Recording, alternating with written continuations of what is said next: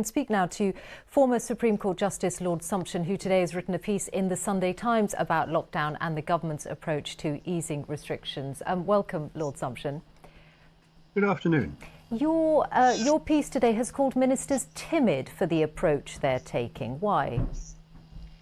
Because they seem to me to have no real purpose in continuing the lockdown other than to spare themselves public criticism.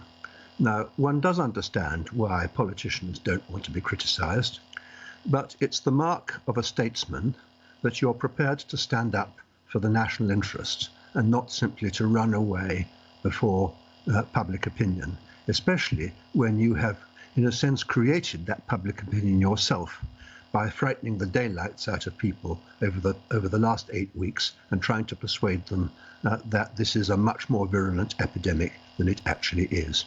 The current rationale for the lockdown is incoherent.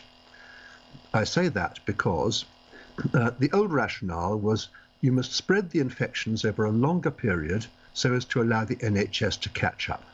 So that was why there was the slogan, "Save the NHS." Well, they've dropped that part of the slogan, and they've dropped it for good reasons, which are explained in the paper that they published on Monday.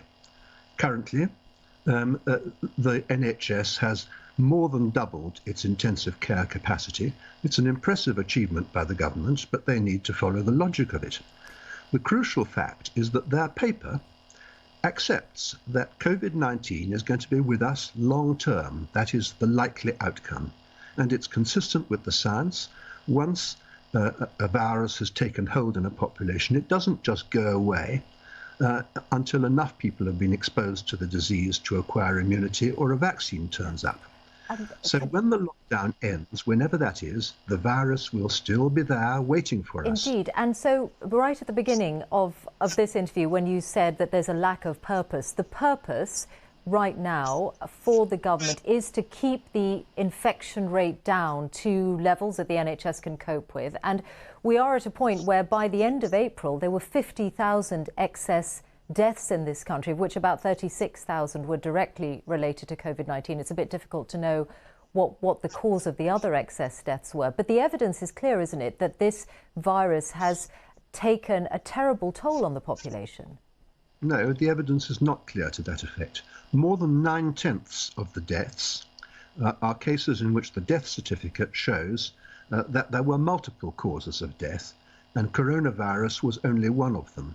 This is a virus that attacks people with really serious pre-existing vulnerabilities, and that's consistent with all the statistical analyses. Yes, but they wouldn't necessarily have killed them at this point in time, would they? They might have lived with them for many years. No, not for many years.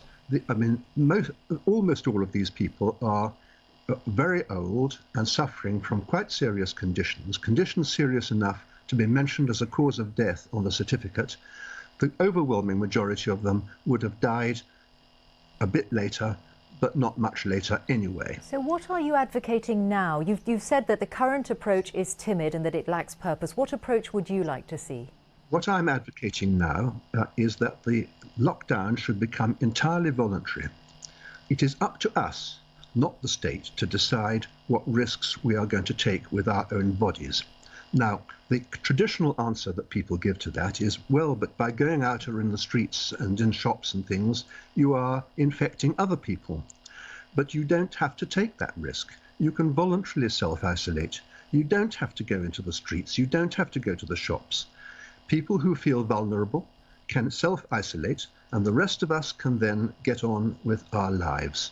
We have never lived in a risk-free world, and we're never going to live in a risk-free world. We are going to have to live with COVID-19 because it's going to be around for a long time unless somebody successfully invents and trials a vaccine. So may I ask you then, what choice would you make in that entirely voluntary system that you're putting forward? What choice would you make for yourself and members of your household? Well, I make my choices and other members of my household will make theirs. But my choice would be that I would live a perfectly normal life. If the pubs were open now, I would go to a crowded pub with no hesitation. If the theatres were open now, I would go to the theatre with no hesitation. Because this is For the overwhelming majority of people with no serious underlying conditions, this is a very mild epidemic. In the Cabinet Office papers published with the National Risk Assessment, they have listed all the pandemics since 1918. The mortality of this one is right down the bottom, lower than any of the others.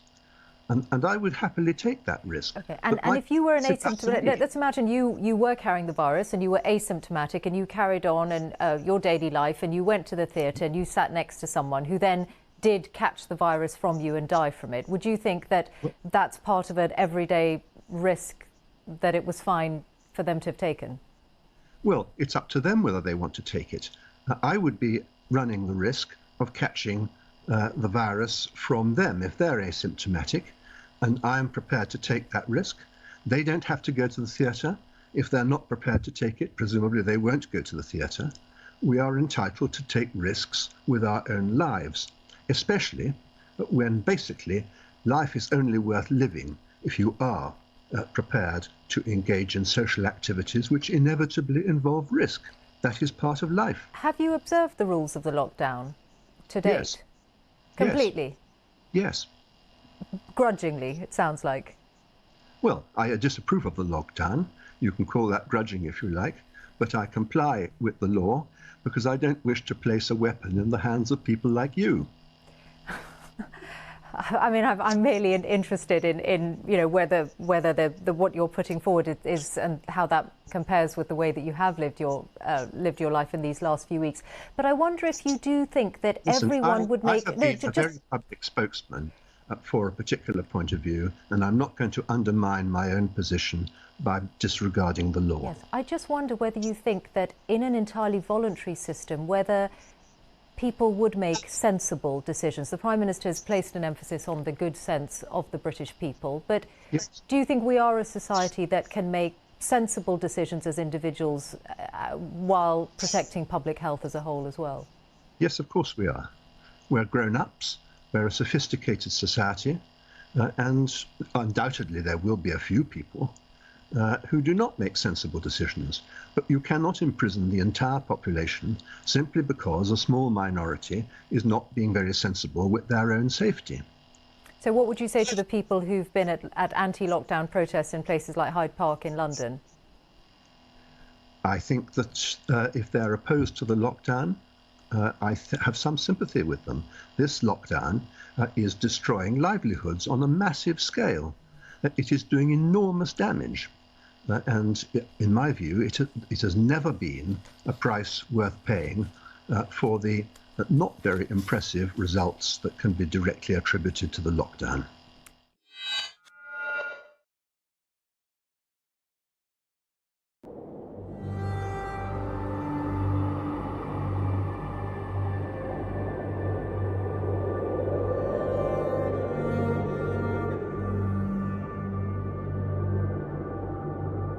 They are strong. Strong in what sense?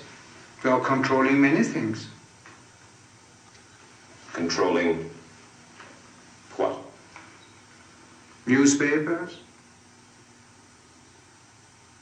medias, Your Majesty. banks, finances, and I'm going to stop there. Well, now wait just a second. You really do believe that the Jewish community in the United States is that powerful? They make the media reflect their view of foreign policy? Mm-hmm. Yes.